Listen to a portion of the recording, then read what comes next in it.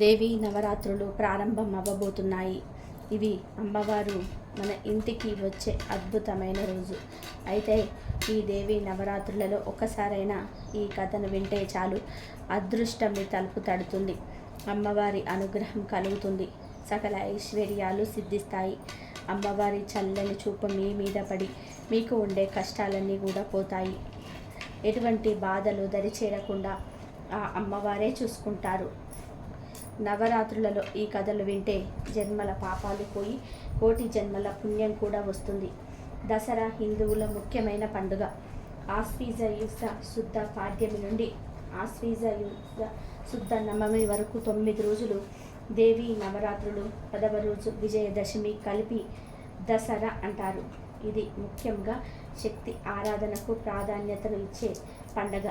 ఈ పండగను నవరాత్రులు, శరన్నవరాత్రులు అని అంటారు. చెడు మీద మంచి సాధించిన విజయానికి గుర్తుగా ఈ పండుగను విజయదశమి అని పిలుస్తారు. దీనిని 10 రోజుల పాటు జరుపుకుంటారు. ముందు నవరాత్రులు దుర్గా పూజ ఉంటుంది. 10వ రోజున విజయదశమిని జరుపుకుంటారు. ఐందవ మాసంలో దేవునికి ఎంత ప్రాధాన్యత ఉంటుందో దేవతకు అంతకు మించిన ప్రాధాన్యత ఉంటుంది. ఎందుకంటే ప్రకృతి లేనిదే పురుషుడే లేడని మనకు తెలుసు. అందుకే ఆ తత్వాన్ని శక్తి అని పిలుచుకుంటూ ఉంటాం. మన దృష్టిలో శక్తి అంటే కేవలం ఒక పదం మాత్రమే కాదు, అది చలనానికి ప్రతీక. ఆ శక్తిని భిన్న రూపాలలో, భిన్న పాత్రలలో ఆరాధించే సందర్భమే దేవీ నవరాత్రులు. సామాన్యుల యొక్క కాక యోగులు కూడా నవరాత్రులు అమ్మవారిని పూజిస్తారు. ముఖ్యంగా కార్తీయులు దీనిని ఆచరిస్తారు. ఆలయాలలో అమ్మవారికి విశేష అలంకరణలు, బొమ్మల కొలువులు పెట్టడం ఒక ఆనవాయితీ. ఈ 9 రోజులు ఒక్కొక్క రోజు ఒక అలంకారం చేసి పూజిస్తూ ఉంటారు. అమ్మవారు లోక కళ్యాణం కోసం ఒక్కొక్క రోజు ఒక్కొక్క అవతారం ధరించింది. అందువలన అలా అమ్మవారు అవతరించిన రోజున ఆ రూపంలో అమ్మవారిని అలంకరించి ఆ నామంతో ఆరాధిస్తూ ఉంటారు. ఆశ్వీజ మాసం వచ్చిందంటే మనసంతా ఎంతో ఆనందాన్ని పొందుతుంది. ఆ ఆనందానికి గల కారణం అమ్మ గుర్తుకు రావటమే.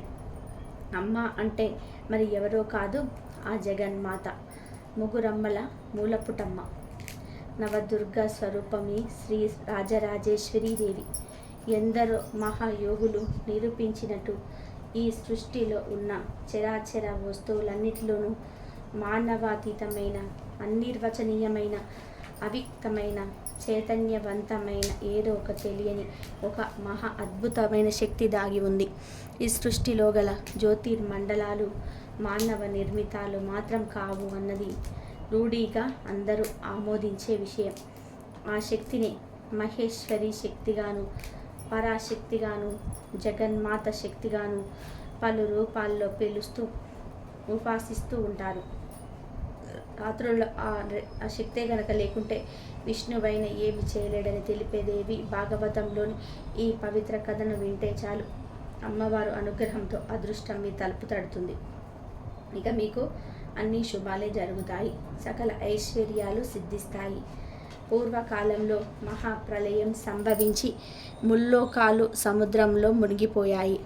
దేవదేవుడు జనార్దనుడు ఒక్కడు మాత్రమే మిగిలి శేషపాన్పు మీద నిద్రిస్తూ ఉన్నాడు.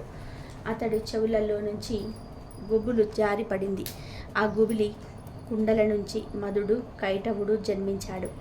ఆ మధు కైటకులు సముద్ర జలాల్లో దినదిన ప్రవర్తమానులయ్యారు, మహాబలిష్ఠుడయ్యారు.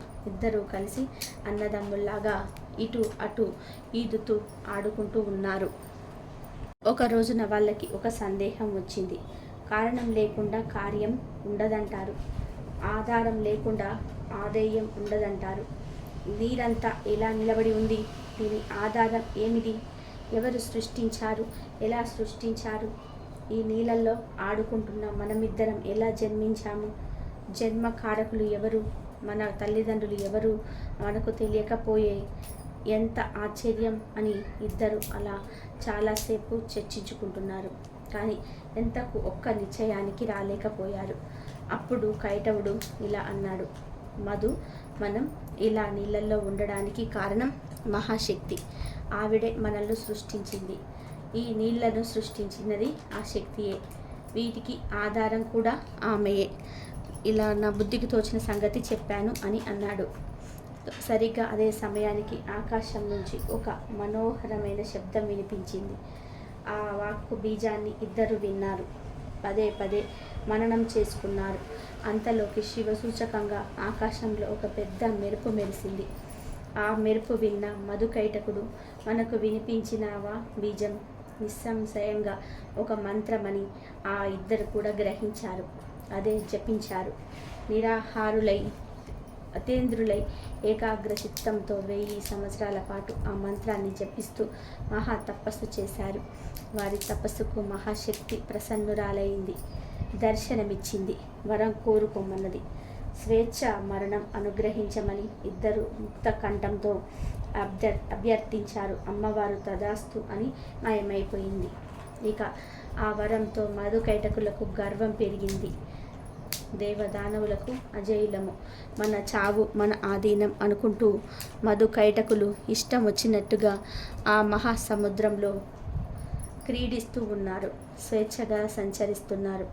ఉన్నట్టుండి ఒక రోజున ఆ నీటిలో బ్రహ్మదేవుడు వాళ్ళ కంటపడ్డాడు. పద్మాసనం మీద కూర్చొని నిర్మలంగా జపం చేసుకుంటున్నాడు. అతన్ని సమీపించి ఇద్దరు మాతో యుద్ధం చేయమని అడిగారు. లేదంటే పద్మాసనం వదిలేసి వెంటనే వెళ్ళిపోమన్నారు. మబ్బులుడికి ఇంత శుభాసనం మీద కూర్చునే యోగ్యత లేదన్నారు. ఈ వీర భోగ్యం నువ్వు ఇది పిరికివాడివి, దిగిపో అన్నారు. పాపం ప్రజాపతి చింతాగ్రస్తుడయ్యాడు. ఏమీ చేయడానికి తోచలేదు. కాళ్ళు చెయ్యి ఆడలేదు. మధుకైటకులు ఇద్దరు బలవంతులు. వారితో యుద్ధం చేయలేక బ్రహ్మదేవుడు కొయ్యబారి అలా ఉండిపోయాడు. బాగా ఆలోచించాడు. సామధాన భేద దండోపాయాలను బేరీజు చేసుకున్నాడు. వీళ్ళ బలం ఎంతటిదో తెలియదు. అంచేత యుద్ధానికి దిగడం మంచిది కాదు. మత్తులైన ఈ దుష్టుల్ని పొగిడి మంచి చేసుకుందామంటే నా నిర్బలత్వం వీళ్ళకి తెలిసిపోతుంది. అలా చేస్తే నా ఓటమిని స్వయంగా ప్రకటించుకున్న వాడిని అవుతాను. ఇప్పుడు ఇద్దరిలో ఎవడో ఒకడు నన్ను సంహరించవచ్చు. కాబట్టి సామేపాయం పనికిరాదు. ఇలా మీదకు వచ్చాక దానము ఫలించదు. ఇక మిగిలింది భేదం. అది ఎలా సాధ్యమో ఆలోచించాలి. ఆదిశేషుడి మీద పడుకొని హాయిగా నిద్రపోతున్న విష్ణుమూర్తిని లేపుతాను. అతడు చతుర్భుజుడు, మహాబలశాలి. ఈ కష్టం నుంచి కడతేరుస్తాడు అని నిశ్చయించుకొని బ్రహ్మదేవుడు అక్కడి నుంచి విష్ణుమూర్తి దగ్గరికి వెళ్ళి ఆయనను స్తుతించాడు. హే దీననాథ, హరే విష్ణు, వామన, మాధవ, నిద్రలే, జగత్పతి, ఉత్తిష్ట ఉత్తిష్ట, అంతర్యామి, ఆమేయ మిన్, హే వాసుదేవ, హే జగత్పతే, దుష్టశత్రు వినాశక, చక్ర గదాధర, సర్వజ్ఞ సర్వలోకేశ, సర్వశక్తి సమన్విత, పాహి మాం విశ్వాంబర, విశాలాక్ష, పుణ్యశ్రవణ కీర్తన నిరాకార. ఇదిగో ఇద్దరు రాక్షసులు నన్ను చంపడానికి వచ్చారు. కష్టాల్లో ఉన్నాను, గమనించలేదా? శరణు ఉపేక్షించుకో. ఈ జగచ్చాలక తత్వం నిరాధారం అయిపోతుంది. రక్షించు అని బ్రహ్మ విష్ణువును అనేక రకాలుగా స్తుతించాడు. బ్రహ్మదేవుడు ఎంతసేపు స్తుతించినా శ్రీహరి నిద్ర లేవలేదు. ఇది యోగ నిద్ర. ఆ శక్తికి వివస్తుడై నిద్రపోతున్నాడు విష్ణువు. ఇప్పుడు ఏం చేయాలో బ్రహ్మకు పాలుపోలేదు. ఈ మత్తులు ఇద్దరు చంపడానికి సిద్ధంగా ఉన్నారు. ఇక్కడికి వస్తే నన్ను వదలరు. ఏం చేయను, ఎక్కడికి పోను, ఎవరిని శరణు వేడను అని బ్రహ్మ దిగులు పడుతూ ఉండగా మెరుపులా ఒక ఆలోచన వచ్చింది. ఆ యోగ నిద్రని స్తుతిద్దాం అనుకున్నాడు. ఆ శక్తి నన్ను రక్షిస్తుంది అనుకున్నాడు. విష్ణుమూర్తిని నిశ్చేష్టుని చేసింది అంటే ఆ శక్తి సామాన్యమైనది కాదు. ఎంత స్తుతించినా ఇతడికి ఏమీ వినడం లేదు, కదలిక లేదు. అంటే నిద్ర ఇతడి వశంలో లేదు. ఇతడే నిద్రకు వశీకృతుడయ్యాడు. వశుడయ్యాడంటే కింకరుడితో సమానమే కదా. అంటే ఇప్పుడు విష్ణుమూర్తి కన్నా ఈ యోగ నిద్ర గొప్పది అన్నమాట. లక్ష్మీదేవి సన్నిధిలోనే ఇతడు ఈ నిద్రకు ఇలా లొంగిపోయాడంటే ఇక జగత్తు అంతా కూడా ఆ శక్తికి ఆధీనంలో ఉన్నట్లే కదా. అయితే ఏమిటి, నేను, సరస్వతి, శివుడు, పార్వతి అందరం శక్తి ఆధీనంలోనే ఉన్నట్లే, సందేహం లేదు. ఒక సామాన్య మానవుడి కన్నా అన్యాయంగా విష్ణుమూర్తి వివస్తుడైపోయాడు.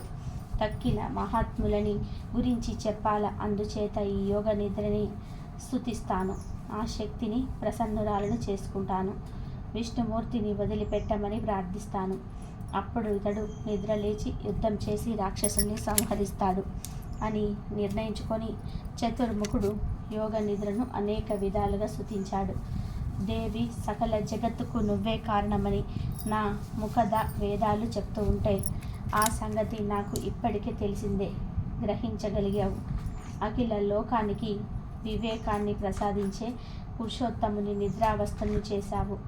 ఈ మోహ విలాంగ లీలలు తెలియతరమా తల్లి? నేనంతా మూర్ఖుడిని, ఇంతవరకు తెలుసుకోలేకపోయాను. నేనే కాదు, విబుద్ధ కోటిలోని నిన్ను తెలుసుకున్నవాడు ఎవడు లేడు. జగత్తు నీదే, నువ్వే ప్రకృతి పురుషుడు, సర్వ చైతన్య శక్తివి నీవే, గూహన స్వరూపినివి నువ్వే. వివిధ రూపాలు ధరించి నటిస్తూ ఉంటావు. నీ పనులు, నీ విధానాలు ఎవరికి అంతుపట్టవు.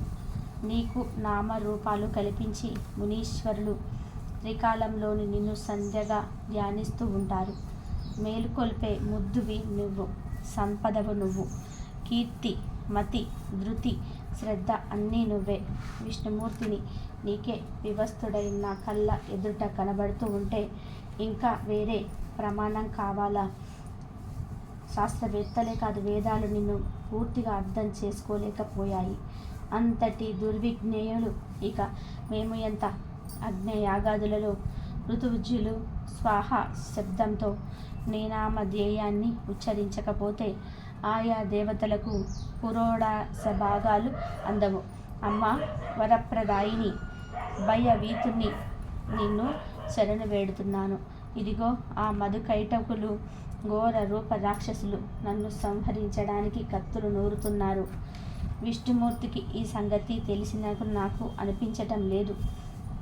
విష్ణుమూర్తి నీకు వివస్తుడై నిద్రలో ఉన్నాడు, అతన్ని విడిచిపెట్టు, లేదా ఈ రాక్షసులు ఇద్దరిని నువ్వే మట్టుపెట్టు. నీ ఇష్టం తల్లి, నీకు ఏది నచ్చితే అది చెయ్యి. తల్లి, హరిహరుల కోసం తపస్సు చేసేవాళ్ళు ఎంత అమాయకులో కదా. పాపం, నీ ప్రభావం వాళ్ళకు తెలియదు. ఇప్పటికైనా కదా తెలిసింది. ఈ విష్ణుమూర్తిని నిద్ర లేపాలంటే లక్ష్మీదేవికి కూడా అయ్యేటట్టు లేదు. ఆవిడకు కూడా నీకు వివసురాలై నిద్రపోతుంది. నువ్వు జగజ్జననివి అని, కామధేనువి అని నిజంగా తెలుసుకొని నీ పాద పద్మాలను అర్చించే వాళ్ళు, అనన్య భక్తితో సేవించే వాళ్ళు ధన్యాతి ధన్యులు. బుద్ధి, తేజస్సు, కీర్తి, శుభ ప్రవృత్తి మొదలైనవి సౌరి రుణాలు అవన్నీ ఎటుపోయాయో తెలియదు. కానీ ఈ విష్ణువు నీ అమేయ శక్తి కారణంగా నిద్రకు బందీ అయ్యాడు. సకల జగత్తుకు నువ్వే ఆదిశక్తివి. ఇదంతా భావమాత్రంగా నువ్వు చేసిన నిర్మాణమే. నువ్వు నిర్మించిన ఈ మోహ జాలల్లో నువ్వే క్రీడిస్తూ ఉన్నావు. నటుడు తన నాట్యం తాను విహరిస్తూ ఉన్నట్టు యుగాదిలో మొదటిసారిగా విష్ణుమూర్తి నువ్వే ప్రకటించావు, తెలుగులోకి తెచ్చావు, పరిపాలనా శక్తిని ఇచ్చావు. ఇప్పుడేమో ఇలా నిద్రపుచ్చుతున్నావు. అమ్మ, నువ్వు సర్వతంత్రురాలివి. ఏది ఎలా చేయాలనిపిస్తే అలా చేస్తావు. నన్ను సృష్టించింది ఇలా నశింపచేయడానికేనా? నీ ఇష్టం, దయ చూపించకు, అలాగే మౌనంగా ఉండిపో.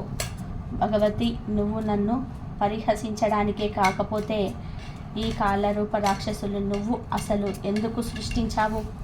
తెలిసింది తల్లి, తెలిసింది. ఇదంతా నీ అద్భుత విచేష్టతత్వం.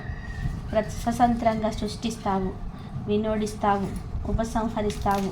ఇప్పుడు నన్ను ఉపసంహరించాలి అనుకున్నావు. అవును, ఇందులో విచిత్రం ఏముంది? మాత, నీ ఇష్టం, అలాగే కానివ్వు. నన్ను సంహరించు, నాకు దుఃఖం లేదు, నేనేమీ బాధపడటం లేదు. కానీ హే జగదంబికే, నువ్వు సృష్టించిన నన్ను ఈ రాక్షసుడు చంపటం నీకు పెద్ద అపకీర్తి అవుతుంది. అందుకని దేవి లే, అద్భుత రూపం ధరించు. నన్ను గాని లేదా ఈ రాక్షసులను గాని సంహరించు. లేదంటే హరిని నిద్రలేపు. ఈ రాక్షసులు సంహరిస్తాడు. ఏదైనా అంతా నీ చేతుల్లోనే ఉంది. ఇలా బ్రహ్మదేవుడు ఆ దేవిని భక్తి మరియు ఆవేశంతో నిలదీశాడు. ఏలకు యోగ నిద్ర శక్తి విష్ణు శరీరాన్ని వదిలిపెట్టింది. జనార్దనుడిలో కదలిక వచ్చింది. బ్రహ్మ ముఖంలో ఆనందం వెల్లి విరిసింది. జగద్గురువైన విష్ణుమూర్తి శరీరం నుంచి నిద్రాదేవి బయటకు వచ్చింది. నేత్ర, ఆస్య, నాసిక, బాహువు, హృదయ, వక్షస్థలాల నుంచి వెలువడింది. ఆకాశంలో నిలబడింది. జగన్నాథుడు ఆవలింపలతో లేశాడు. భయంగా నిలబడ్డ బ్రహ్మను చూశాడు. మేఘ గంభీర కంఠస్వరంతో ఇలా పలకరించాడు. బ్రహ్మదేవ, తపస్సు వదిలేసి ఇలా వచ్చావెందుకని? విచారంగా కనబడుతున్నావు, కారణమేమిటి అని అడిగాడు. అప్పుడు బ్రహ్మ ఇలా సమాధానం ఇచ్చాడు. తండ్రి వాసుదేవా, నీ చెవి గులుగు నుంచి పుట్టిన మధుకైటక రాక్షసులు నన్ను చంపడానికి వచ్చారు. భయపడి నీ సన్నిధికి వచ్చాను అన్నాడు. అప్పుడు విష్ణువు, అలాగా చతుర్ముఖ, భయపడకు, వాళ్ళను నేను సంహరిస్తాను. ఆయువు మూడింది వాళ్లకు, వస్తారు, నా మీదకే వస్తారు, చస్తారు అని విష్ణుమూర్తి ఇలా అంటూ ఉండగానే వాళ్ళు వచ్చారు. మద గర్వితులై వచ్చారు. ఆ నీళ్ళల్లో నీరాధారులై నిలబడి, ఓ ఈ నలువ, పారిపోయి ఇక్కడికి వచ్చావా? రా, యుద్ధం చెయ్యి. ఈయన కళ్ళ ముందే ఇక్కడే నేను సంహరిస్తాము. ఆ తర్వాత ఈయన పని పడతాం. మహాసర్పం మీద కులుకుతున్నాడు కదా, ముందు నువ్వు రా, యుద్ధం చేయి, లేదా దాసుని అని ఒప్పుకో అని గతించాడు. అప్పుడు విష్ణుమూర్తి కల్పించుకొని, దానవులారా రండి, ముందు నాతో యుద్ధం చేయండి, మీ మదం వదిలిస్తాను అని అన్నాడు. విష్ణుమూర్తి ఆహ్వానానికి మధుకైటబులు ఆగ్రహోకురులయ్యారు. ముందుగా మధుడు కలబడ్డాడు. కైటబుడు నిలబడ్డాడు. మల్ల యుద్ధం జరుగుతుంది. మధుడు అలసిపోతూ ఉంటే కైటవుడు ఆదుకున్నాడు. అతడు అలసిపోతే మళ్ళీ మధుడు. ఇలా ఇద్దరు మారి విష్ణుమూర్తితో పోరుతున్నారు. సన్నిధిలో బ్రహ్మదేవుడు, ఆకాశంలో దేవి చూస్తూ ఉన్నారు. విష్ణుమూర్తి ఆశిపోతున్నాడే తప్ప వాళ్ళిద్దరిలోనూ ఎక్కడ అలసటే లేదు. అలా 5000 సంవత్సరాలు గడిచాయి. కారణం ఏమిటి? చెమ్మ అని ఆలోచించాడు. నేనెందుకు అలసిపోతున్నాను? నా శక్తి ఏమైంది? వీళ్ళు అసలు అలసిపోవటం లేదేమిటి? వీళ్లకు ఈ శక్తి ఎక్కడి నుంచి వచ్చింది అని అరికి సందేహం వచ్చింది. ఈ ఆలోచనలతో 1 నిమిషం ఆగాడు విష్ణుమూర్తి. మధుకైటకులు విజయ గర్వంతో సంబరపడ్డారు. గంభీరంగా అరిచి ఇలా పలికారు. ఏ విష్ణు, అలసిపోయావా? యుద్ధం చేసే ఓపిక లేదా? అయితే మాకు తల వంచి నమస్కరించు, దాసుని అని ప్రకటించు. కాదంటావా? సమర్థుడవే, యుద్ధం చెయ్యి. నిన్ను చంపి ఈ 4 ముఖాల వాడిని కూడా చంపుతామన్నారు. వాళ్ళిద్దరూ ముక్త కంఠంతో పలికిన ఈ మాటలు చెవిలారా విన్నాడు సౌరి. ప్రశాంతంగా, సామోపాయంగా ఇలా ప్రసంగించాడు. మధుకైటవులారా, మీరేమో 2, నేను ఒక్కడిని. మీరు ఒకరి తర్వాత ఒకరుగా నాతో తలబడుతూ ఉన్నారు. ఒకరు యుద్ధం చేస్తూ ఉంటే మరొకరు విశ్రాంతి తీసుకుంటున్నారు. నాతో ఆ అవకాశం లేదు. 5000 సంవత్సరాల పాటు పోరాడాను, అలసిపోయాను. సహజం కదా. ధర్మ యుద్ధంలో మహావీరులు పాటించే నియమాలు మీకు తెలియనివి కాదు. అలసిపోయిన వాడితో, భయపడిన వాడితో, ఆయుధం వదిలేసిన వాడితో, పడిపోయిన వాడితో, బాలకుడితో మీ వంటి మహావీరులు యుద్ధం చెయ్యరు. ఇది సనాతన ధర్మం. అందుచేత కొంతసేపు నేను కూడా విశ్రాంతి తీసుకొని మళ్ళీ యుద్ధం చేస్తాను. సంశయించకండి, న్యాయం తప్పను అన్నాడు. అనే ప్రతిపాదనకు వాళ్ళు కూడా సమ్మతించారు. అల్లంత దూరం తొలగి నిలబడ్డారు. వాసుదేవుడు ఆలోచించాడు. అతనికి అసలు కారణం తెలిసింది.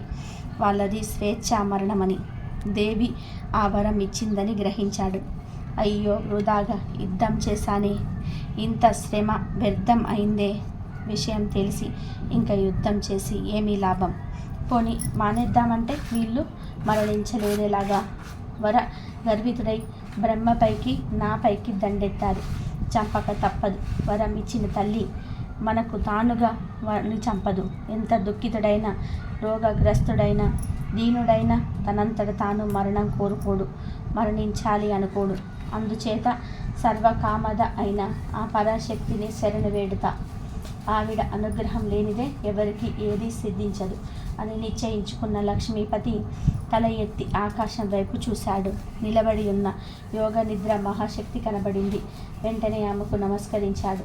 యోగా విద్య తెలుసు గనక ఆ మార్గంలో స్తోత్ర పాఠం చేశాడు. దేవి మహామాయ, నీ రూపం సగుణం, నిర్గుణము ఎరగను, అసంఖ్యాకమైన నీ దివ్య చరిత్రలు ఎరగను.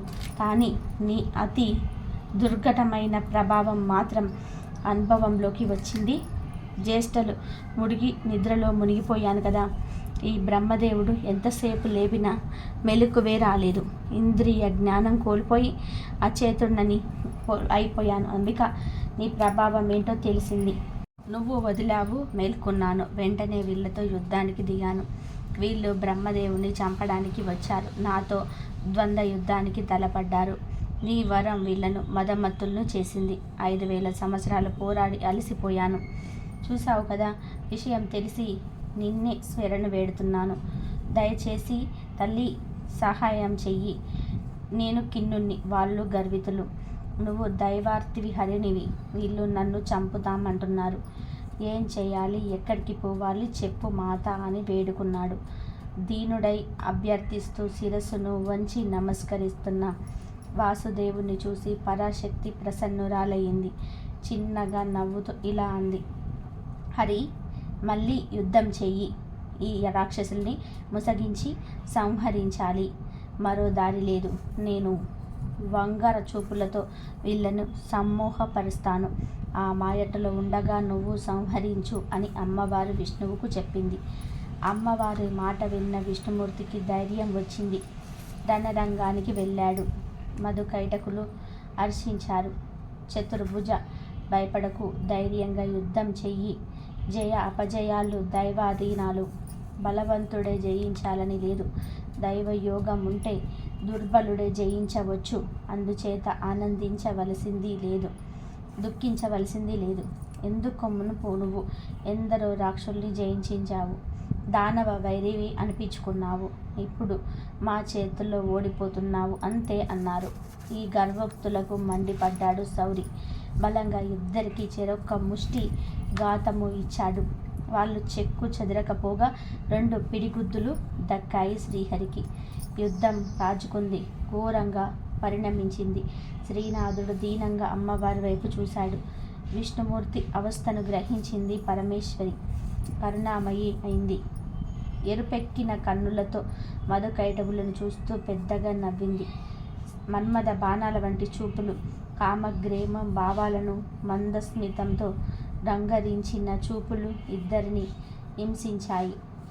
ఆ పాపాత్ములు ఆ వంక విలోకనాథులకు మురిసిపోయారు. కామ భావ పీడితులయ్యారు. ఇది విశేషం అనుకున్నారు. కనుల పక్కించి దేవిని చూస్తూ అలాగే మరిమరిచి నిలబడిపోయారు. అది శ్రీహరి గమనించాడు. మోహితులు అయ్యారని గుర్తించాడు. చిరునవ్వులు బంధించాడు. గంభీరంగా పలికాడు, మధుకైటవులారా, మీ యుద్ధానికి సంతోషించాను. ఎందరో రాక్షసులు చూశాను, యుద్ధాలు చేశాను. కానీ మీతో సాటి వచ్చే వాళ్లను కనలేదు, వినలేదు. మీ బాహుబలానికి సంతృష్టి చెందాను.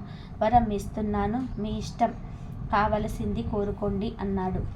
ఆ మాటలు విన్న దానవ సోదరులకు అభిమానం పుడుసుకు వచ్చింది. జగదానందకారిణి అయిన ఆ మహామాయను తదేక దీక్షతో చూస్తూ కన్ను తిప్పకుండా హరికి ఇలా సమాధానం చెప్పారు. హరి, మేము యాచకులం కాము. అయినా నువ్వు మాకు ఏమి ఇస్తావు? మేమే మీకు ఇస్తాము, కోరుకో. మేము దాతలమే కానీ చెయ్యి చాపే వాళ్ళం కాదు. ఏం కావాలో అభ్యర్థించు. నీ యుద్ధానికి మేము సంతోషించాము, నీ ఇష్టం కోరుకో అన్నారు. అదే అదునుగా భావించిన విష్ణుమూర్తి, అయితే దానవులారా, మీ ఇద్దరు ఇప్పుడు నా చేతిలో మరణించాలి. అసాధ్యులు కావాలి, మాట తప్పకండి అని అన్నాడు. ఇలా కోరేసరికి మధుకైటకులు ఆశ్చర్యపోయారు. అపచితులమయ్యని గ్రహించారు. గొల్లుమన్నారు. వెంటనే తేరుకొని ఆలోచించుకున్నారు. జగత్తు అంతా జలమయంగా ఉండడం గమనించి ఒక ఎత్తుగడ వేశారు. జనార్దన, ఇంతకు ముందు నువ్వు మాకొక వరం ఇస్తానన్నావు, గుర్తుందా? మాట మార్చకు. నీకు మేము వజ్యులం అవుతాము. కాకపోతే నిర్జలమైన విశాల ప్రదేశంలో సంహరించాలి. అది నీ నుంచి మేము కోరుకునే వరం. సత్యవాదివి కదా, నెరవేర్చు అన్నారు. విషయానికి విష్ణుమూర్తి నవ్వుకున్నాడు. సుదర్శన చక్రాన్ని స్మరించాడు. నిర్జలమైన ప్రదేశంలో కదా మిమ్మల్ని సంహరించాలి అని తన తొడలను విశాలంగా విస్తరించాడు. తొడల మీద నిర్జలమైన విశాల ప్రదేశం సిద్ధించింది. దానవులారా, ఈ తొడల మీద నీళ్లు లేవు.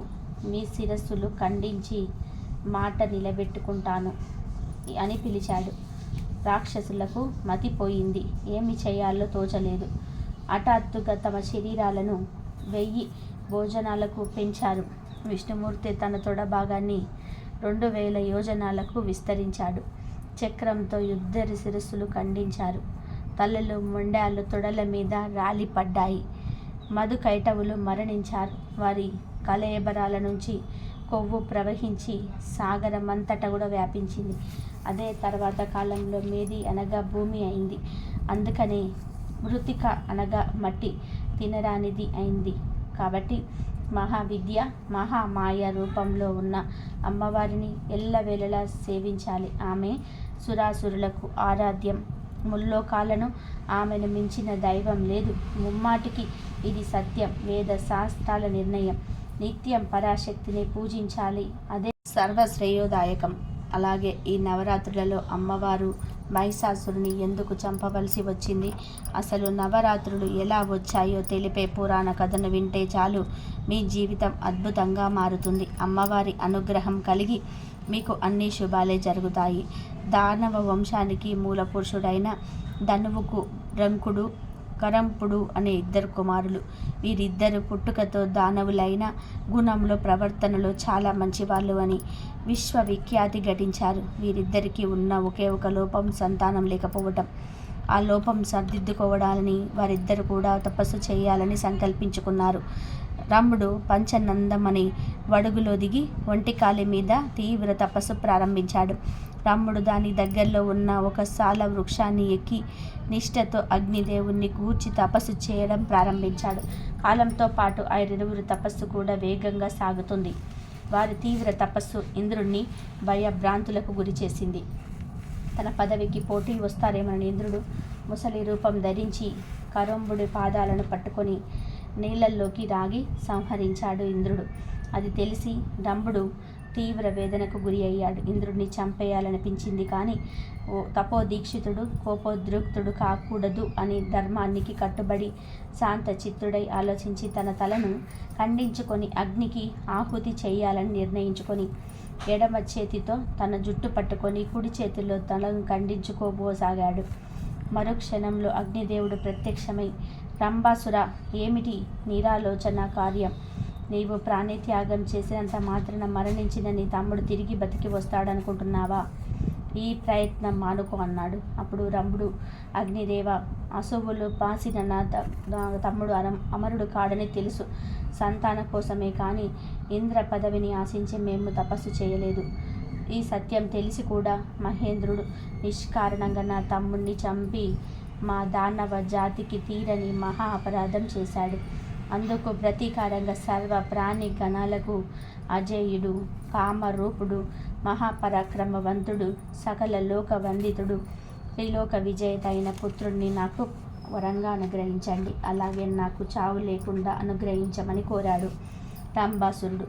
రంభాసుర, నీ మనసు ఏ కామిని మీద కామ వశీభూతం అవుతుందో ఆమె గర్భాన నీవు కోరుకున్న పుత్రుడు జన్మిస్తాడు.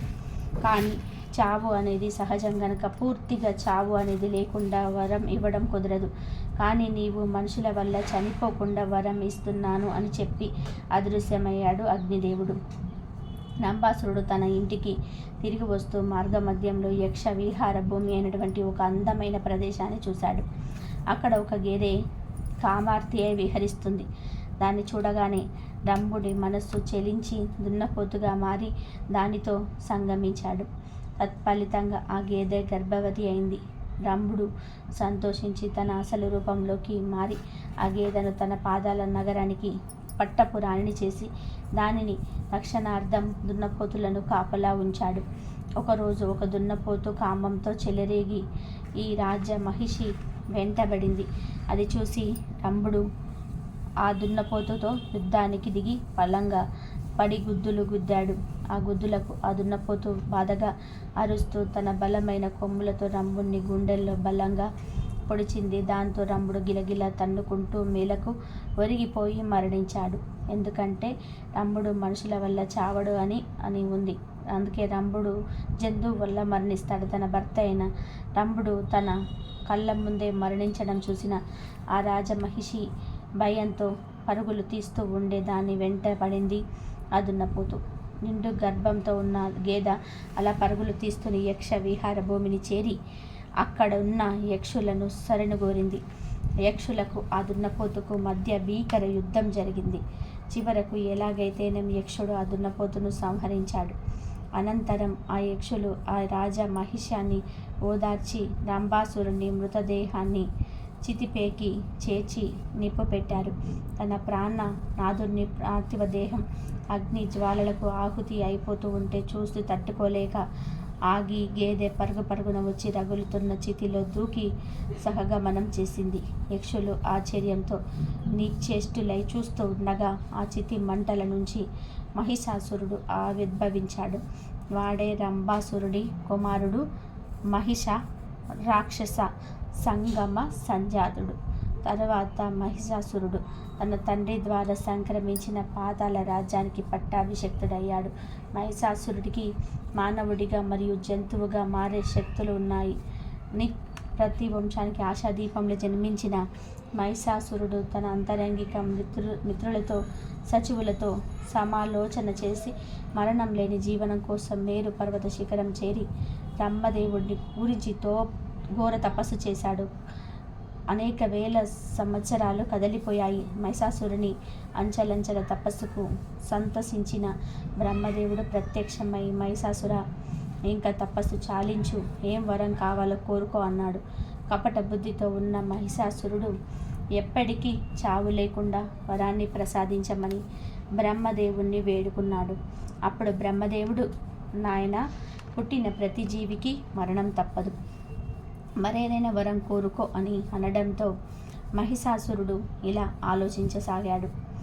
మరణాన్ని తప్పించే వరం ఎటు పొందలేకపోయాము, కానీ మరణాన్ని పొందకుండా ఉండడానికి మరే విధమైన మార్గాలు ఉన్నాయా అన్నట్టుగా ఆలోచించి, స్త్రీలు పురుషులతో ఉజ్జీలు కాదు కాబట్టి, వారు శాంత స్వరూపులు కాబట్టి, వారితో ప్రాణహాని ఉండదు కాబట్టి వరాన్ని ఈ విధంగా కోరుకుంటే బాగుంటుంది అని ఆలోచించి, ఓ బ్రహ్మదేవ, స్త్రీ చేతుల్లో మాత్రమే మరణం ఉండేటట్టు నాకు వరాన్ని ప్రసాదించుదేవా అని కోరుకున్నాడు. అప్పుడు బ్రహ్మదేవుడు అటులనే తదాస్తు అని మహిషాసురుడు కోరుకున్న వరాన్ని అతడికి ప్రసాదించి అక్కడి నుంచి అదృశ్యమయ్యాడు. దాదాపుగా మరణమే లేని వరం పొందాననే ఆనందంతో మహిషాసురుడు తన రాజ్యానికి తిరిగి వెళ్ళిపోయాడు. కొంతకాలానికి ఆ రాక్షసుడికి ఒక దుష్టమైన ఆలోచన వచ్చింది. అది ఏమిటంటే, తనకు పురుషులతో ఎటు మరణం లేదు కాబట్టి దేవతల లోకమైన అమరావతి మీద దండయాత్ర చేయాలని అనుకున్నాడు. వెంటనే సైనికులారా, విజయకాంక్షతో పయనమవ్వండి, ఆ స్వర్గలోకాన్ని దుతిముట్టుదాం అంటూ ఇంద్రలోకంపై దండెత్తాడు. ఈ విషయం తెలుసుకున్న ఇంద్రుడు చాలా కోపంతో తన సైనికులను కూడా యుద్ధానికి సమాయత్తం చేసి రణరంగానికి పయనమయ్యాడు. చాలా మంది రాక్షసులు ఇంద్రలోకంపై దండెత్తినప్పటికీ విజయం సాధించలేకపోయారు. కానీ ఈసారి ఆ భయంకరమైన యుద్ధంలో ఇంద్రుడు మహిషాసురుని చేతిలో పరాజయ పాలై ఇంద్రలోకాన్ని విడిచిపోయాడు. ఇక ఇంద్రలోకాన్ని అధిష్ఠించిన మహిషాసురుడు విజయ గర్వంతో ఇంకా చెలరేగిపోయేసాగాడు. భూలోకంతో దేవాలయాల్లో దేవతల విగ్రహాలన్నింటినీ కూడా తొలగించి ఆ స్థానంలో తన విగ్రహారాధన జరగాలని, ఎవ్వరూ యజ్ఞ యాగాదులు చేయరాదని, అందరూ తననే స్తుతించాలని ఆజ్ఞాపించాడు. అలా చేయని వారిని నానా అగచాట్లు పెట్టడం ప్రారంభించాడు. మహిషాసురుని విపరీత కృత్యాలకు వేగలేని ఋషులు, మునులు, దేవతలు కలిసి ఆ బాధల నుంచి విముక్తి పొందడానికి కైలాసానికి ఎగి కైలాస నాథుడైనటువంటి ఆ బోలా శంకరుడికి మహిషాసురుడి అకృత్యాలు వివరించాడు. అప్పుడు బోలా శంకరుడు తన దివ్య దృష్టితో మహిషాసురుడి శక్తిని పరీక్షించి, మహిషాసురుడు బ్రహ్మదేవుడితో వరం పొందడం వలన మరియు సహజంగానే అతడు శక్తివంతుడవ్వడం వలన మహిషాసురుడిని తుదముట్టించడానికి త్రిమూర్తుల అందరి శక్తి అవసరమని గ్రహించాడు. అటు పిమ్మట బ్రహ్మదేవుడిని, విష్ణుదేవుణ్ణి శంకరుడు కలుపుకొని త్రిమూర్తుల శక్తితో అఖండ శక్తివంతమైన స్త్రీని సృష్టించారు. 1000 చేతులతో అత్యంత శక్తివంతురాలిగా సృష్టించబడిన ఆమె కనకదుర్గాదేవి. శంకరుడు ఆయన శక్తితో మరో త్రిశూలం సృష్టించి ఆమెకు ప్రసాదించగా, విష్ణు భగవానుడు తన విష్ణు చక్రాన్ని, ఇంద్రుడు తన వజ్రాయుధాన్ని, మిగతా దేవతలు వారి వారి ఆయుధాలను కనకదుర్గాదేవికి ఇవ్వగా, సర్వశక్తివంతమైన కనకదుర్గాదేవి ఉగ్ర రూపురాలై గర్జించే సింహాన్ని తన వాహనంగా చేసుకొని రణరంగానికి పయనమయ్యింది. ఆ భీకరమైన పోరులో మహిషాసురుడు దున్నపోతు రూపం దాల్చి కనకదుర్గాదేవిపై దండెత్తగా, ఆమె ఉగ్ర రూపం దాల్చి మహిషాసురుడి శిరస్సు ఛేదించి లోకానికి ప్రశాంతత ప్రసాదించింది. చెడుపై మంచి పొందిన విజయం కనుక దీనిని విజయదశమిగా మనం జరుపుకోవడం ఆనవాయితీగా వస్తున్నది. 9 రోజులు ఘోరమైన యుద్ధం తర్వాత విజయం సిద్ధించినది కాబట్టి ఈ పండుగని మనం నవరాత్రులుగా కూడా నిలుచుకుంటూ ఉంటాము. అలాగే ఈ సంవత్సరంలో అమ్మవారిని స్వయంగా తన కళ్ళతో చూసిన దుర్గాదాస్ అనే భక్తుడి కథను వింటే చాలు, అమ్మవారి మిమ్మల్ని అపర కుబేరులుగా మారుస్తుంది. అప్పట్లో గాజులు షాపుకు వెళ్ళి కొనుక్కునేవారు కాదు, గాజులు అమ్ముకునేవారు. ఊరికి వచ్చి తిరిగి అమ్మేవారు. అనగనగా వెంకటపురం అనే ఊరిలో గాజుల వ్యాపారి ఉండేవాడు. అతని పేరు దుర్గాదాస్. ఈయన దుర్గామాత భక్తుడు. ఈయన రోజుకో ఊరు తిరుగుతూ స్త్రీలకు గాజులు వేసేవాడు. ఎల్లప్పుడూ కూడా ఆ దుర్గామాతని స్మరిస్తూ ఉండేవాడు. ఇతను ప్రతి స్త్రీని దుర్గా అని పిలిచేవాడు. ఎవరికి గాజులు వేసినా ఆమెను దుర్గా అని పిలిచేవాడు. ప్రతి స్త్రీని దుర్గామాతగానే పరిగణించేవాడు. దుర్గాదాస్ ఒకరోజు గాజుల పెట్టెను ఎత్తుకొని గోపాలపురం అనే గ్రామానికి నడుచుకుంటూ వెళ్తూ ఉండగా, మార్గ మధ్యంలో నిర్జన ప్రదేశంలో చెరువు పక్కన ఒక అమ్మాయి బిందె పట్టుకొని కనిపించింది. ఆమె ముత్తైదువు, చక్కగా ముక్కు పుడక, కాళ్లకు పసుపు, నుదుటిన పెద్ద బొట్టు పెట్టుకొని ఉంది. ఆ అమ్మాయి దుర్గాదాసు పిలిచి, నాకు గాజులు వేస్తావా అని అడిగింది. అప్పుడు దుర్గాదాస్ గాజుల పెట్టెను ఒక చెట్టు కింద దింపాడు. అప్పుడు ఆ అమ్మాయి ఎరుపు, పసుపు, ఆకుపచ్చ 2 రంగు గాజులను చేతి నిండా వేయించుకుంది. అప్పుడు ఆ అమ్మాయి దుర్గాదాస్తో, నేను మా అత్తవారి ఇంట్లో ఉన్నాను, నువ్వు గోపాలపురం వెళ్తూ ఉన్నావు కదా, శివాలయం పక్కన ఒక పెద్ద అరుగుల ఇల్లు ఉంటుంది, ఆ ఇల్లు మాదే, ఈ గాజులకు డబ్బులు మా నాన్నగారు ఇస్తారు, నువ్వు అక్కడ డబ్బులు తీసుకో అని చెప్పింది. మా నాన్నగారికి నా మీద కోపం ఉంది, మాకు అమ్మాయి లేదు అని అన్నగా అంటాడు. అప్పుడు మా దేవుని గదిలో ఒక పాత కుంకుమ భరణి ఉంది, అందులో ఒక కాసు ఉంది, అది తీసి ఇవ్వమన్నాను అని చెప్పు. దానికి మా నాన్న కుదరదంటాడు, అయినా గట్టిగా పట్టుకో, కాసు తీసుకొనిదే అస్సలు వదలకు అని ఆమె దుర్గాదాస్తో చెప్తుంది. అప్పుడు దుర్గాదాస్ సరే అని శివాలయం పక్కన ఉన్న ఎద్దరుగుల ఇంటికి వస్తాడు. ఆ ఇల్లు చూడడానికి పెద్దదే అయినా చాలా పేదరికంలో ఉంది. ఆ ఇంటికి ముంగర వేద విద్యార్థులు కనిపిస్తారు. దుర్గాదాస్ ఇంటి యజమానిని పిలిచి, అయ్యా, చెరువు దగ్గర మీ అమ్మాయికి గాజులు వేశాను, మీ అమ్మాయి డబ్బులు మీ దగ్గర తీసుకోమని చెప్పింది, నాకు త్వరగా డబ్బు ఇప్పిస్తే వెళ్తాను, ఇక ఊరంతా తిరిగి గాజులు వేయాలి అంటాడు. దానికి రామకృష్ణ పండితుడు ఆశ్చర్యపడి, నాకు అస్సలు ఆడ సంతానమే లేదు, నువ్వు తప్పుగా మా ఇంటికి వచ్చావు అని అంటాడు. అప్పుడు ఆ దుర్గాదాస్ శివాలయం పక్కన రామకృష్ణ పండితుడు అంటే మీరే కదా అని అంటాడు. దానికి రామకృష్ణ పండితుడు అవును నేనే అంటాడు. దానికి దుర్గాదాస్ అయ్యా ఏమైనా గొడవలు ఉంటే మీరు చూసుకోవాలి. చాలా లక్షణమైన అమ్మాయిని కాదనుకుంటున్నారా? మీరు అలాగే అంటారని ఆ అమ్మాయి కూడా చెప్పింది కూడా. నా డబ్బులేవో నాకు ఇప్పిస్తే వెళ్ళి నా పని నేను చూసుకుంటాను అని అంటాడు దుర్గాదాస్. దానికి రామకృష్ణ పండితుడు నాకు అసలు అమ్మాయిలే లేరు, ఎవరికో గాజులు వేసి నన్ను డబ్బులు అడగడం దేనికి అని దుర్గాదాస్తో వాదిస్తాడు. అక్కడ ఏదో గొడవ జరుగుతున్నట్టుగా గమనించిన చుట్టుపక్కల వాళ్ళు అక్కడికి వస్తారు. దానికి దుర్గాదాస్ మీరు భలేవారు, ఎంత కోపం ఉంటే మాత్రం కన్న కూతుర్ని కాదనుకుంటారా? అమ్మాయి నాతో అక్కడే చెప్పింది మీరు ఇలా అంటారని. అయ్యా మీ అమ్మాయి నాతో చెప్పింది మా నాన్న దగ్గర నువ్వు ఖచ్చితంగా డబ్బులు తీసుకోమని, ఎట్టి పరిస్థితుల్లో డబ్బు తీసుకోకుండా వెళ్ళకు అని. మీ పాత పూజ గదిలో కుంకుమ బరిలో కాసు ఉంటుందని నాతో చెప్పింది. ఆ కాసు అయినా తెచ్చి ఇవ్వండి అంటాడు దుర్గాదాస్. అప్పుడు రామకృష్ణుడు మా దేవతా మందిరంలో అసలు కుంకుమ భరిణి లేనే లేదు, ఇంకా కాసు ఎక్కడిది అంటాడు. మీ అమ్మాయి చెప్పింది చూడవయ్యా అంటాడు దుర్గాదాస్. చుట్టుపక్కల వాళ్ళు కూడా దుర్గాదాస్ మన గ్రామానికి ఎప్పుడు వచ్చేవాడే, ఒక్కసారి మీ దేవతా మందిరంలో కుంకుమ భరిణ ఎక్కడుందో చూడండి అని రామకృష్ణుడితో అంటారు. ఈ తతంగమంతా కూడా వింటున్న పండితుని తల్లి పూజా మందిరంలో ఎక్కడో చిన్న మీట ఉన్నట్టు నాకు ఇప్పుడు జ్ఞాపకం వస్తుందిరా, ఒకసారి బాగా చూడు, అందులో కుంకుమ భరి ఉండవచ్చు అంది ఆ వృద్ధురాలు. రామకృష్ణుడికి కొద్దిసేపు వెతికాక ఒక చిన్న మీట కనిపిస్తుంది. దాన్ని తాకగానే ఒక కుంకుమ భరిణి బయటకు వస్తుంది. ఆ కుంకుమ భరిణిలో ఒక చిన్న అమ్మవారి ప్రతిమతో పాటు ఒక బంగారు కాసు కూడా ఉంటుంది.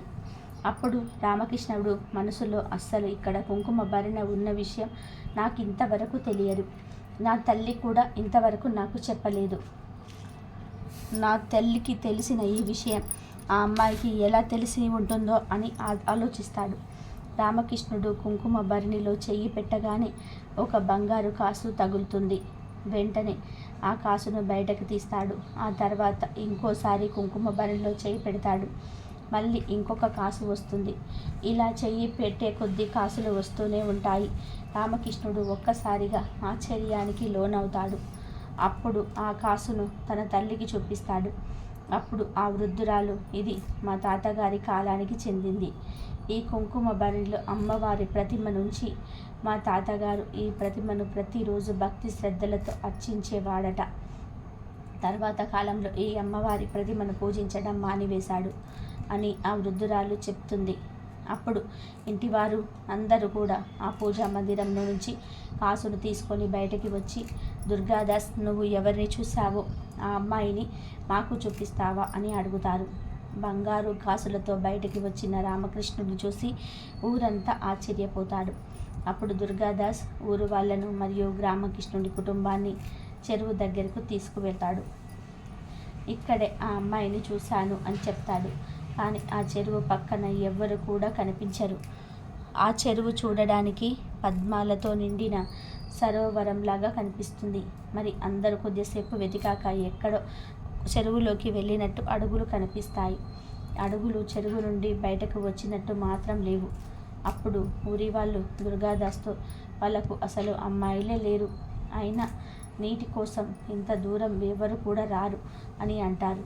అప్పుడు దుర్గాదాస్ దుర్గమ్మ వీళ్ళకి ఇప్పుడు ఆ అమ్మాయి కనబడితే తప్ప ఎవరికి కూడా నా మాట నమ్మరు, ఊరు వాళ్ళ దృష్టిలో నేను అబద్ధాల వాణ్ణి అవుతాను అని బాధపడుతూ చెరువు వైపు దుర్గా మాత అని గట్టిగా మొరపెట్టుకుంటే అప్పుడు చెరువులో నుంచి 2 చేతులు బయటికి వస్తాయి. 2 చేతులకు ఎరుపు, పసుపు, ఆకుపచ్చ రంగుల గాజులు కనిపిస్తాయి. దుర్గాదాస్ ఈ దృశ్యాన్ని, అద్భుతమైన ఈ సన్నివేశాన్ని చూసి స్పృహ తప్పి పడిపోతాడు. ఈ సన్నివేశాన్ని ఊరంతా కూడా చూస్తుంది. ఊరంతా ముక్కుతారు. అప్పుడు అందరూ చాలా సంవత్సరాలుగా నిక్షిప్తమై ఉన్న అమ్మవారిని పూజించడానికి ఆ దుర్గా మాత స్వయంగా ఈ విధంగా అనుగ్రహించింది అని అనుకుంటారు. అప్పటి నుంచి రామకృష్ణుడు వారి కుటుంబం భక్తి ప్రవర్తులతో అమ్మవారిని పూజించడం ప్రారంభించారు. ఆ కుటుంబం ఆ అమ్మవారి అనుగ్రహంతో సుఖ సంతోషాలతో సిరి సంపదలతో వర్ధిల్లింది. అమ్మవారు తనకు తాను పూజలు జరిపించుకోవడానికి ఇలా గాజులమ్మే అతనికి కనిపించిందని ఊరంతా భావించారు. గాజులమ్ముకునే వ్యాపారికే అమ్మవారు ఎందుకు కనిపించారంటే ఆయన పెద్ద పెద్ద పూజలు హోమాలు ఏమీ చేయలేదు, కానీ ఎప్పుడు దుర్గామాతనే తలుచుకుంటూ ఉండేవారు.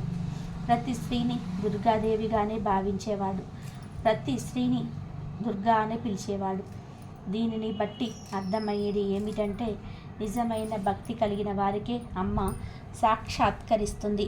అందే నవరాత్రుల విజయవాడ దుర్గమ్మ కథలను వింటే చాలు అమ్మవారి అనుగ్రహం కలుగుతుంది, సకల ఐశ్వర్యాలు సిద్ధిస్తాయి. ఇంద్రకీలాద్రిపై కొలువు తీరిన దుర్గమ్మ పుట్టినిల్లు ఓ పోలీస్ స్టేషన్ అంటే నమ్మగలరా? వినడానికి కాస్త విడ్డూరంగా ఉన్నా అది ముమ్మాటికి నిజం. దుర్గమ్మను తమ ఆడపడుచుగా భావిస్తారు విజయవాడ పోలీసులు. ఎన్నో ఏళ్లుగా ఆ సాంప్రదాయం కొనసాగుతుంది. విజయవాడలో ఇంద్రకీలాద్రిపై కొలువు తీరిన కనకదుర్గమ్మకు ఏ పూజ చేసినా 1 టౌన్ పోలీసులు పాల్గొనడం ఆనవాయితీగా వస్తుంది. మరి ముఖ్యంగా దసరా ఉత్సవాలు ప్రారంభం అవ్వాలి అంటే పోలీస్ స్టేషన్ నుండి అమ్మవారికి మొదటి సారథి తీసుకురావాల్సిందే. బెజవాడ పోలీసులు అమ్మవారిని తమ తోబొట్టువులుగా భావిస్తారు. ఇంద్రకీలాద్రిపై దసరా ఉత్సవాలు ప్రారంభానికి ముందే 1 టౌన్ పోలీస్ స్టేషన్లో సందడి మొదలవుతుంది. నవరాత్రులు ప్రారంభము ముందు రోజు రాత్రి పోలీస్ స్టేషన్ నుంచి అమ్మవారికి పసుపు కుంకుమ చీర సారెను తీసుకొని వెళ్తారు అధికారులు. పోలీస్ స్టేషన్ నుంచి అందించిన చీరను అమ్మవారికి అలంకరించిన తర్వాతే దసరా ఉత్సవాలు ప్రారంభమవుతాయి. పురాణాల ప్రకారం 14-15వ శతాబ్దంలో కొండవీటి రెడ్డి రాజులు విజయవాడ పరిసర ప్రాంతాలను పరిపాలించేవారు. ఆ సమయంలో ప్రస్తుతం విజయవాడలో ఉన్న స్థలంలో ఎలాంటి పట్టణం గ్రామం ఉండేది కాదు. ఎక్కడ చూసినా చుట్టూ చెట్లు దట్టమైన అడవులు ఉండేటివి. ఆ ప్రాంతం అంతా కూడా క్రూర మృగాలు సంచరిస్తూ ఉండేటివి.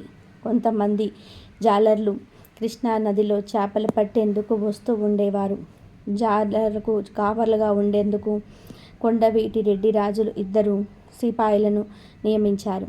వారిలో ఒకరి పేరు వంగయ్య. ఆ 2 సైనికులు చాలా జాగ్రత్తగా వారి విధులను నిర్వర్తించేవారు.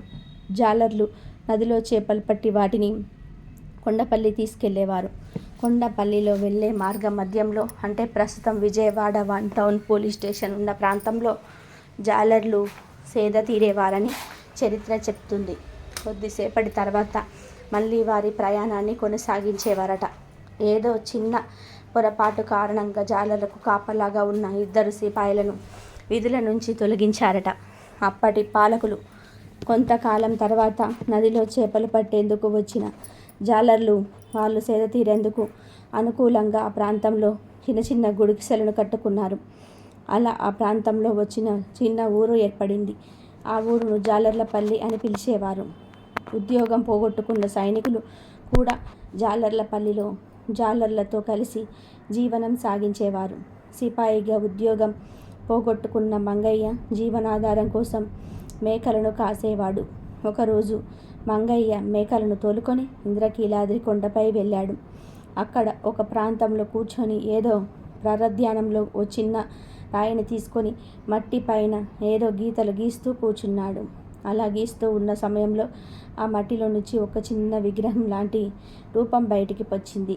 అయినా మంగయ్య పరధ్యానంలో విగ్రహాన్ని పట్టించుకోకుండా వెళ్ళిపోవడంతో అమ్మవారు ఆగ్రహించి సిపాయి మంగయ్య కూతురి ఒంటిలోకి పూనుకుంది. దాంతో ఆ చిన్నపిల్ల గంభీరంగా మాట్లాడడం మొదలుపెట్టి, "ఏం మంగయ్య, నేను అనుగ్రహించిన నన్ను పట్టించుకోకుండా వచ్చేస్తావా?" అంటూ అడిగింది. ఆ మాటలు విన్న మంగయ్య విగ్రహం బయటపడిన ప్రదేశానికి వెళ్ళి విగ్రహాన్ని వెనక్కి తిరిగి చూశాడు. అది ఓ అద్భుతమైన అమ్మవారి విగ్రహం. ఆ విషయం జాలర్లపల్లిలోని ప్రజలకు తెలిసి తిలకించి అమ్మవారికి ఓ చిన్న గుడిసెను నిర్మించి పూజలు చేయడం ప్రారంభించారు. అలా మంగయ్య అమ్మవారిని సేవిస్తూ ఉండగా ఓ రోజు రాత్రి అమ్మవారు మంగయ్య కలలో కనిపించింది. అలా కనిపించిన అమ్మవారు, మంగయ్య, నన్ను నీతో బుట్టువులా భావించు. దసరా ఉత్సవాలకు మొదటిసారి నీ చేతుల మీదుగా అందించు. అప్పుడు నేను నీ ఇంటికి వచ్చి పసుపు కుంకుమలు తీసుకుంటాను అని చెప్పి మాయమైపోయింది. ఆ తర్వాత కొంతకాలానికి మంగయ్య కూతురు అమ్మవారిలో ఐక్యమైంది. దాంతో అమ్మవారి మంగయ్య చేతితో పూజలు అందుకునేందుకు అతడి కూతురులా వచ్చిందని ప్రజల నమ్మకం. అమ్మవారు తన పుట్టినిల్లుగా భావించిన మంగయ్య ఇల్లు కాలక్రమేణా శిథిలమైపోవడంతో బ్రిటిష్ అధికారుల కాలంలో 1900 సంవత్సరంలో మంగయ్య ఇల్లు ఉన్న ప్రదేశంలో ఓ పోలీస్ స్టేషన్ నిర్వహించారు. రాబర్ట్ హెన్స్ అనే ఒక బ్రిటిష్ అధికారి అమ్మవారి మహిమల గురించి, ఆ పోలీస్ స్టేషన్ గురించి ఓ శిలా శాసనంలో రాయించారు. కానీ ఆ పోలీస్ స్టేషన్ కూడా శిథిలావస్థలకు రావడంతో ఇప్పుడు ఉన్న 1 టౌన్ పోలీస్ స్టేషన్ నిర్మించారు. ప్రస్తుతం బెజవాడ 1 టౌన్ పోలీస్ స్టేషన్లో అమ్మవారిని తమ తోబుట్టువుగా భావించి మొదటి సారెను అమ్మవారికి అందిస్తారు. పోలీస్ స్టేషన్ నుంచి వచ్చిన చీరను అమ్మవారికి అలంకరించిన అనంతరం దసరా ఉత్సవాలు ప్రారంభమవుతాయి. అలా బెజవాడ 1 టౌన్ పోలీస్ స్టేషన్లో అమ్మవారికి పుట్టినిల్లుగా అక్కడి పోలీసులు అమ్మవారికి తోబుట్టువులుగా మారారు. ఇప్పటికీ అదే సాంప్రదాయం కొనసాగుతూ వస్తుంది. బెజవాడ దుర్గమ్మ ఎంతో శక్తివంతమైన దేవత. ఆ తల్లి ఎప్పుడూ బెజవాడలో సంచరిస్తూ ఉంటుందని విషయం అందరికీ తెలిసిందే. ఈ విషయాన్ని అందరూ నమ్ముతారు కూడా. మన పెద్దల కాలం నుండి దీనికి సంబంధించిన ఒక కథ బాగా ప్రచారంలో ఉంది. అది 1955వ సంవత్సరం. అప్పుడే రోజులు మారాయి అనే ఒక మూవీ రిలీజ్ అయింది. అది అక్కినేని నాగేశ్వరరావు గారు యాక్ట్ చేసిన మూవీ. ఈ సినిమా చాలా పెద్ద హిట్ అయింది. రైతులకు బాగా కనెక్ట్ అవ్వడంతో మన స్టేట్ అంతా కూడా ఆల్మోస్ట్ ఈ సినిమాను చూశారు. ఈ సినిమాను చూడడానికి మనుషులే కాదు, స్త్రీ రూపంలో ఆ దుర్గమ్మ కూడా వచ్చి చూసింది. అది సెకండ్ షో కావడం వలన మూవీ అయిపోయాక బయటకు వచ్చి ఒక రిక్షా అతను ఇంద్రకీలాద్రికి వెళ్ళాలని అడిగింది. ఆ రిక్షా అతను కూడా సరే అమ్మా అని ఎక్కించుకొని రిక్షా తొక్కుతూ వెళుతూ ఉన్నాడు. ఆ రిక్షా అతని పేరు వెంకన్న. రిక్షా ఎక్కిన ఆమె ఎర్ర చీర కట్టుకొని నుదుటిన పెద్ద బొట్టు పెట్టుకొని స్వయంగా అమ్మవారిలాగా ఉంది. అక్కడ నుండి ఆయన రిక్షాలో వస్తూ ఉండగా ఆవిడ మాట్లాడుతూ, బాబు, అర్ధరాత్రి సమయమైంది కదా, మొత్తం చీకటిగా ఉంది. అర్ధరాత్రి దుర్గమ్మ గ్రామ సంచారానికి వస్తుందంటారు కదా, నీకు భయం వేయలేదా అని అడుగుతుంది. దానికి సమాధానంగా ఆ రిక్షా వెంకన్న, అమ్మ, దుర్గాదేవి మా తల్లి. తల్లి దగ్గర ఏ బిడ్డకు భయం ఉంటుంది చెప్పు తల్లి, భయం ఎందుకు మాకు అన్నాడు. కొంత దూరం వెళ్ళగా ఇంద్రకీలాద్రి గుడిలాగానే ఆయన రిక్షా ఆపి ఏ ఇంటికి వెళ్ళాలమ్మా అని ఆమెను అడుగుతాడు. కానీ వెనుక నుండి సమాధానం లేదు. అదేంటి అని వెనక్కి తిరిగి చూడగా ఆవిడ ఉండదు రిక్షాలో. రిక్షావాడు ఏది ఈవిడ అని చుట్టూ చూడగా ఆమె పక్కనే ఉన్న అమ్మవారి గుడి మెట్లు ఎక్కుతూ ఉంటుంది. అదేంటి అమ్మ, డబ్బులు ఇవ్వలేదు అని అక్కడి నుండి అడుగుతాడు వెంకన్న. అప్పుడు ఆ అమ్మాయి, నీ తలపాగాలో పెట్టాను చూడు అంటుంది. వెంకన్న తలపాగాలో చూసుకోగా అమ్మవారి బంగారపు గాజు ఒక పక్కన, 10 రూపాయల నోటు మరో పక్కన ఉన్నాయి. మళ్ళీ ఆవిడ వైపు వెంకన్న తిరిగి చూస్తాడు. అలా వెంకన్న చూస్తూ ఉండగానే ఆవిడ మెట్ల మీదనే మాయమైపోతుంది. వెంటనే ఆయనకు అర్థమవుతుంది తన రిక్షా ఎక్కింది ఆ అమ్మలగమ్మ అమ్మ, ముగ్గులమ్మల మూటపుటమ్మ దుర్గమ్మే అని. దాంతో ఒక్కసారిగా ఆనందంతో వెర్రి కేకలు వేయడం మొదలు పెడతాడు. చుట్టుపక్కల ఉన్న వాళ్ళందరూ కూడా పరుగు పరుగున వచ్చి ఏమైంది ఏంటి అని అడగగా వారికి జరిగిందంతా కూడా చెప్తాడు.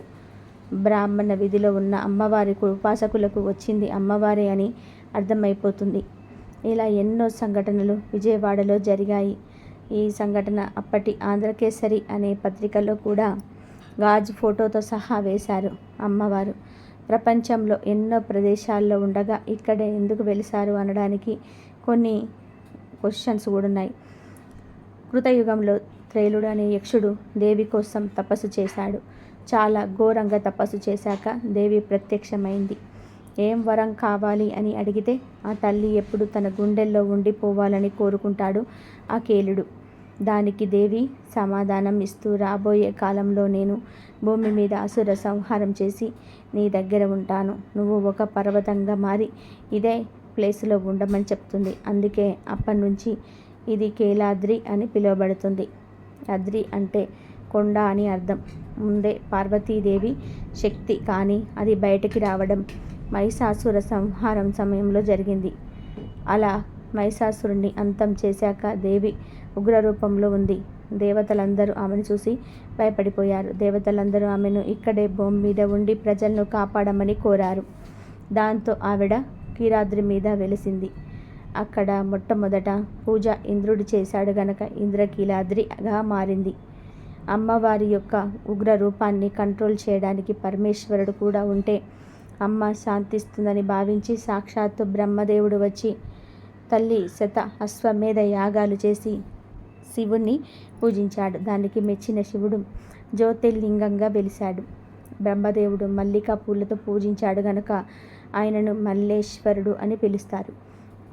విజయవాడలో ఈ విధంగా దుర్గమ్మ మల్లేశ్వర స్వామి వచ్చారు. ఈ అమ్మవారు ఉగ్ర రూపంలోనే ఉండేవారు. కానీ ఒకసారి ఆదిశంకరాచార్యుల వారు వచ్చి ఇక్కడి మల్లేశ్వర స్వామి జ్యోతిర్లింగం సరైన కండిషన్లో లేదు అని చెప్పి మళ్ళీ కొత్త జ్యోతిర్లింగాన్ని ప్రతిష్ఠించి అమ్మవారి యొక్క ఉగ్ర రూపాన్ని మార్చి శాంతి రూపంలో ఉంచి ఇక్కడ అమ్మవారు ఉగ్రం అవ్వకుండా శ్రీచక్రాన్ని కూడా ఉంచారు. ఇలా దుర్గమ్మ ఇంద్రకీలాద్రి మీద పూజలు అందుకుంది కనుక నవరాత్రుల్లో ఈ కథలు వింటే చాలు, ఎటువంటి బాధలు దరిచేరకుండా ఆ అమ్మవారే చూసుకుంటూ ఉంటారు. నవరాత్రులలో ఈ కథలు వింటే జన్మల పాపాలు పోయి కోటి జన్మల పుణ్యం కూడా వస్తుంది. అమ్మవారి అనుగ్రహం అందరిపైన ఉండాలని చెప్పేసి మనస్ఫూర్తిగా కోరుకుంటున్నాను. ఇదండి ఈరోజు వీడియో. ఈ వీడియో కనుక మీకు నచ్చినట్లయితే ప్లీజ్ లైక్ చేయండి, షేర్ చేయండి, సబ్స్క్రైబ్ చేయండి. మరొక మంచి వీడియోతో మళ్ళీ కలుద్దాం.